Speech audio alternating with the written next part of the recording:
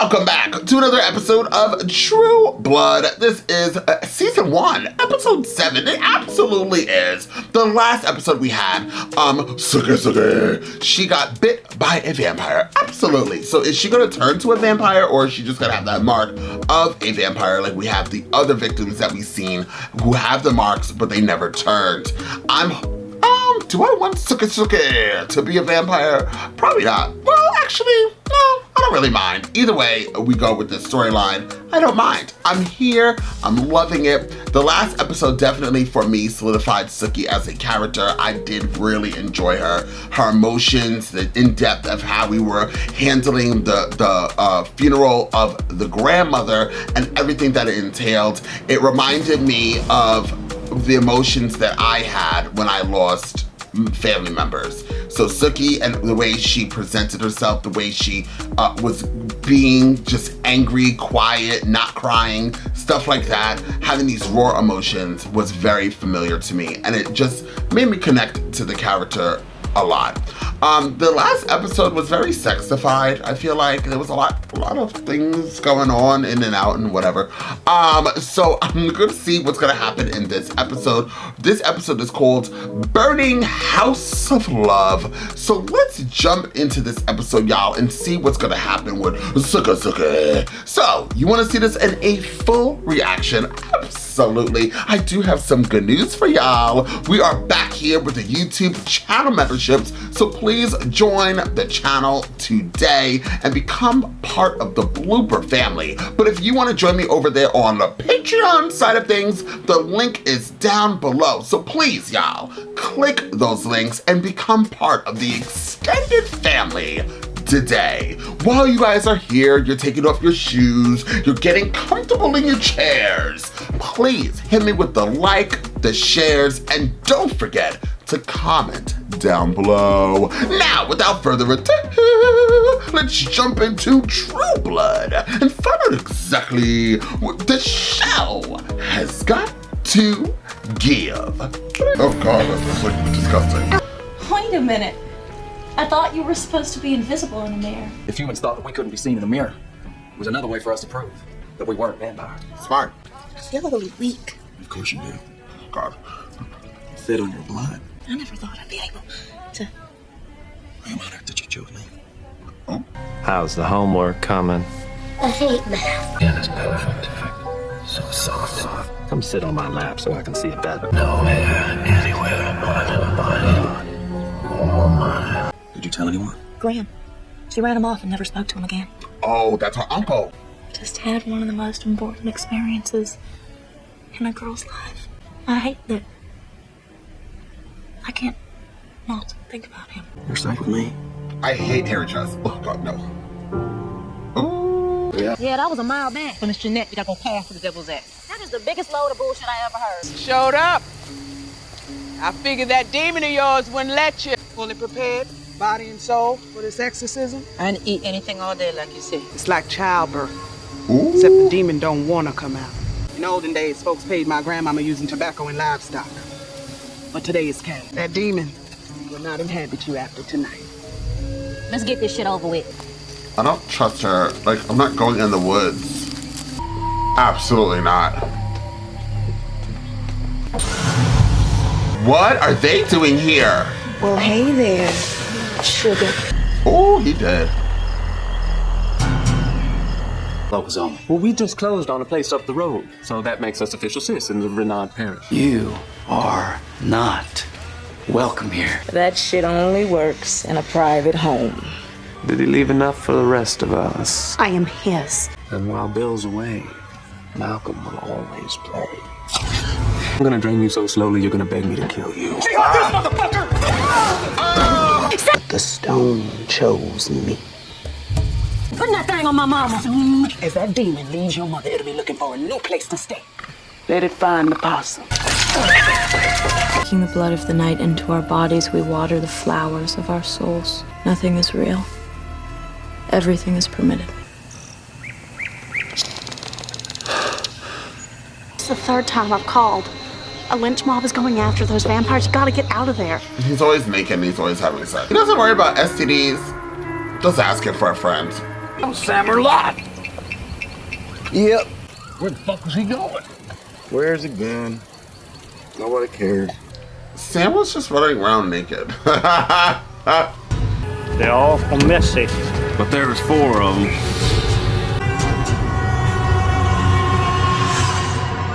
Well, I loved this episode. You guys are right, actually. You guys said the more I watch this, every single episode, I'm gonna like it more and more and more. And there was no lies detected in what you guys said. I love this show. So we saw Sam running naked in the woods. So I will be honest with y'all, somebody thought it was a good idea to spoil me. And they commented and let me know that Sam is a shifter. And I generally once I read a few words, if I think it's a spoiler, I stop. But I think I was like really tired. I was working. I know I was working. So it was like 12:30, 1 o'clock a.m. my time. And I was just reading the comment and I was like, Sam's a shifter. What does that even mean? It didn't click with me. And then I realized what they were saying. So I was like, oh no, why did you spoil for me? So just FYI, I'm very anti-spoiler. Like I might even in my reactions, I'm talking and I might say something that like leads to a question, but that question, I actually don't want answered. Unless it's like a non-spoiler thing, right? You know, like when I watch movies or TV shows, I generally just like, if I do talk, I'm actually kind of quiet when I watch stuff normally.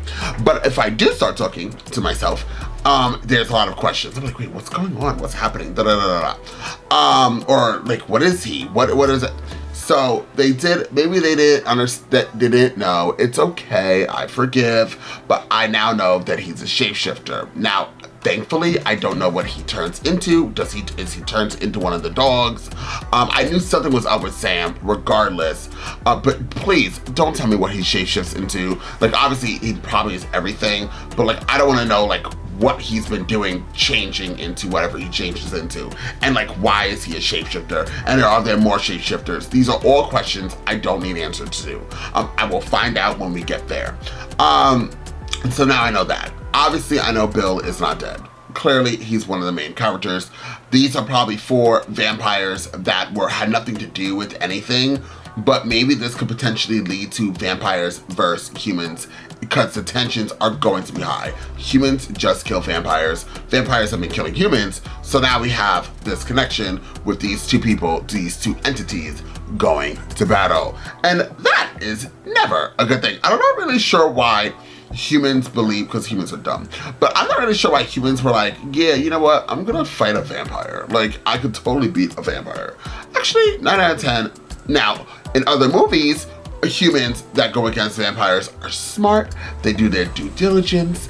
Also, the garlic, the cross, and the stake, and those things are real in other movies and TV shows. Here, not so much. I don't really know how they could even kill a vampire here, minus what we did see before. I mean, it's possible, but these folks are not that entwined to do that. I'm trying to be very nice, but regardless, I'm about to say something else that's really mean, but I'm not going to. I am a reactor. This is YouTube. Be good. So we have that scenario. Sookie in this episode, you know, I think it's just because I came to the realization that she's not going to get on my bad side, thankfully. I just find her hysterical. So when she does like her walks and her like over exaggerations, I wonder how this actress talks in real life. Clearly not with this accent, because you can see that she's actually forcing herself to talk like this. She does not listen. And if somebody comments viciously down below, and it's like, yeah, she does sound like that, that would be a gag. But I don't think that she does. And I can kind of see how she's forcing herself to talk like this. Now, regardless, she's super extra and she could be very annoying as a character, but I appreciate her. So I'm like, okay, girl, do what you gotta do. If you weren't here, I'd probably be a little bit bored. So go ahead, swing that hair, be extra, and live your best life. Her brother, Jason, actually, this episode, I was like, ooh, he's hot. Like, I was actually feeling him. I don't know what was going on, but something was going down and I wanted him. But then he irritated me. I was like, oh God, he's horrible. He trying to sell your grandmother's shit? Like, you're trash. Ugh, bye-bye. And then he just got worse and worse and worse and worse and worse. You know, a lot of people in this show are addicted. Sookie's addicted to Bill.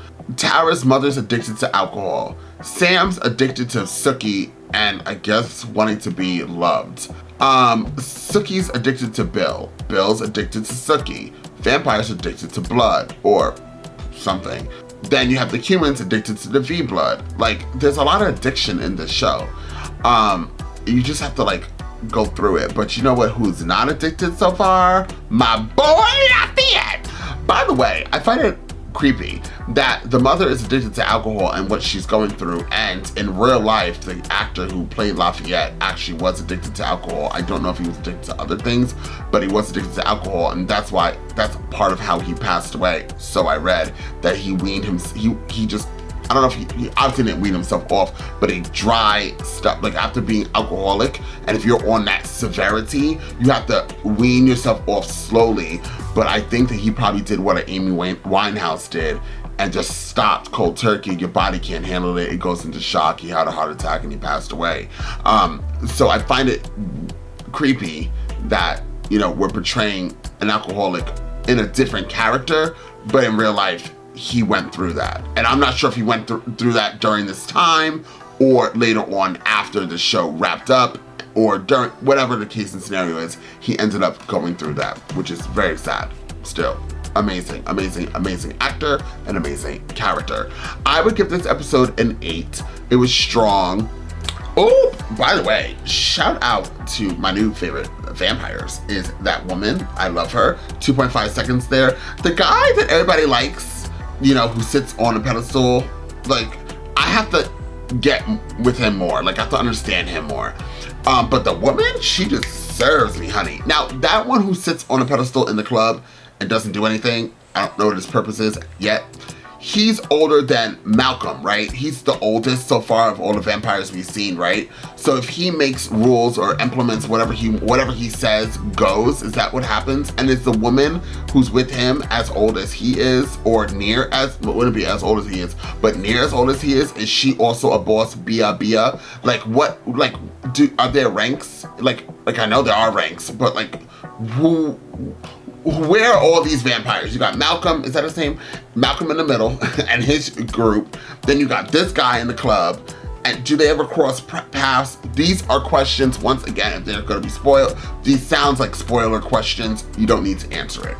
Regardless, I'm very excited to be getting into more of these episodes. I think there are 12 episodes, right? So we have 5. 1, 2, 3, 4, 5. I can count. 7 plus 5 is 12.